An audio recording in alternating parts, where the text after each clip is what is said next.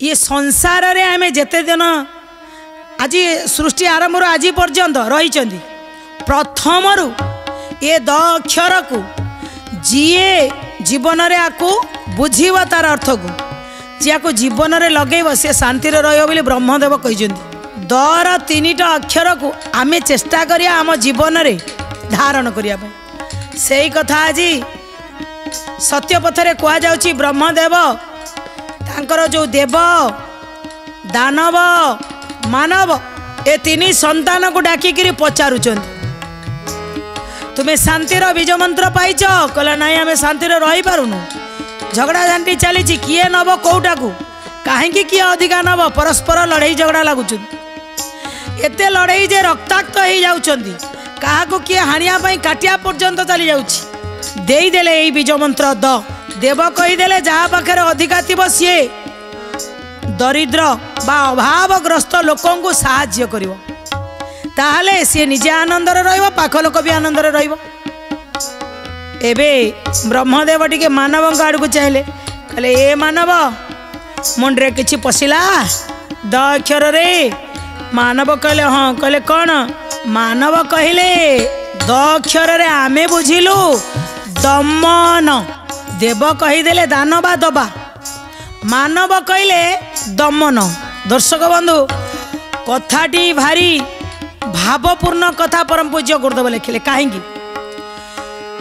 ये चिंता करंतु दमन कहले कहीं मानव आउ किछि दरे भी अधिका कथा थिला मानव कहीं कहले दमन ना मानव जेतबेले धरित्री के आसीगले बा धरापृष्ठ को आसीगले देव तो चिंता कले आमे अधिक नहींचु बोली भलटा नहींचु बोली दानव माने आसी आमको पिटा मरा करुछन आमको दियो आम जदि तांको देई दबु ताले माडोळ हबनी एया तो आज्ञा आमे भाग करिया दरकार देवंग भितर एइडाला किंतु मानव कौन करुछि से निजे जानी पारिला कौन ना जो वासना और तृष्णा केबे पूर्ण होनी जेते उपभोग कले आहुरी उपभोग करू जेते पाइले आहुरी पाइबू किए खटुछि आलस्य गरी जाउछि आ काम क्रोध लोभ मोह मद माश्चर्य षड़रिपु प्रति मुहूर्त रे तो पीछा छाड़ुनी आउ जदि यही गुड़ा को जी दमन करिवो सी आनंद रे रहिबो कामना को टिके कामना वासना रु टिके पळे आसिया को पड़िबो अधिक क्रोध कहा प्रति करिवो नाही आउ लोभ रामपुड़ा झांपुड़ा करिवो नाही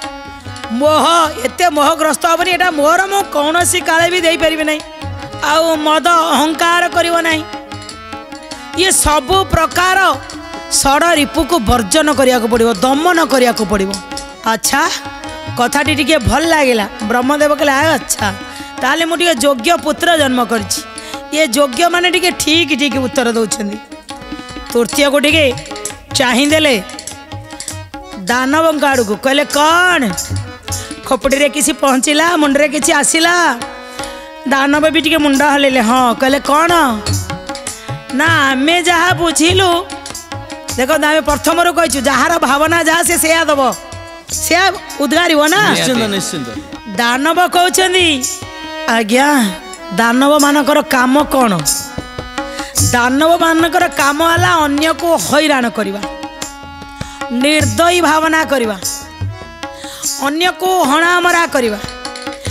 अन्यर जिनिस को जबरदस्ती छड़े आनिया। दर्शक बंधु सेतबेले दानव माने स्वतंत्र भाव रे थिले आज आज्ञा काहाकू देखिबे आपण दानव गोटाई आज्ञा रावण थिला माँ सीता को चोरी करी नहीं थिला किंतु ताको स्पर्श करू नथिला से गछ मूले रखिकी पूजा करूथिला परमिशन नहीं पर दारा को मु हरण सीना करी नहीं मुझे स्पर्श करी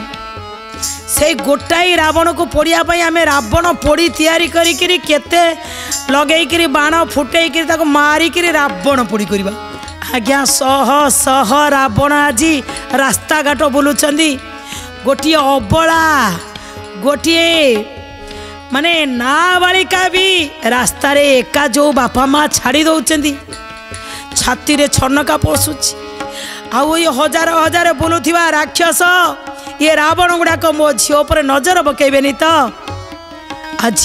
अमानुषिक काम अनेक आम करुचंती आउ से गोटाई दानव कहूला जे आमे निर्दयी हो जाऊँ किंतु आज केते दानव देखंतु निर्दयी रास्ता रे किए का हाणी दौची किए बापा को हाणी दौची किए माँ को हाणी दौची किए भाई की हाणी दौची रास्ता कड़े सांग सांग भितर हणाकटा हो जाउछंदी कि नुआ वर्ष मनैब ता भितर केते लोकंक जीवन चली जाउची ये सब आज्ञा केमिति होउची असुर आज्ञा कौन आउ तार अलगा किसी गेटअप नहीं जन्म हम ना आज्ञा कहीं ना जिते असुर ध्वंस पाईगले से असुर गुरु शुक्राचार्य को असुर पचारि थिले आमे कलिजुगे केमिति जीवु कलिजुगे आमर गेटअप केमिति हम शुक्राचार्य कही कलिजुगे ना ये असुर लोकंक चिंतन भितर पशिब सी कहीं बड़ पाह्यारे बसी था ना कहीं दरकार पड़े राय जहाँ पाखे थी ता विचार भितर भी केतबेले रावण बसीज आज्ञा बाहा न कि छुआ पिला जन्म कर चलतु किसी भी असुविधा नहीं